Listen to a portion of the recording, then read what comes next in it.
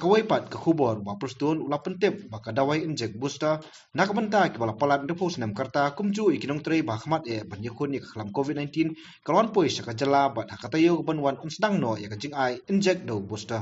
Now, in fact, we just received the vaccine. We already received the vaccine, and from next week, we are going to start giving the booster 60 and above.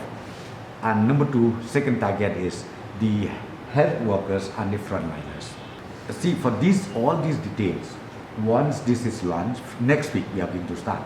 Next week we are going to launch, and our DHS or team of expert from health department will come out and explain to you what is the criteria of giving the booster and how many months or how many years you need to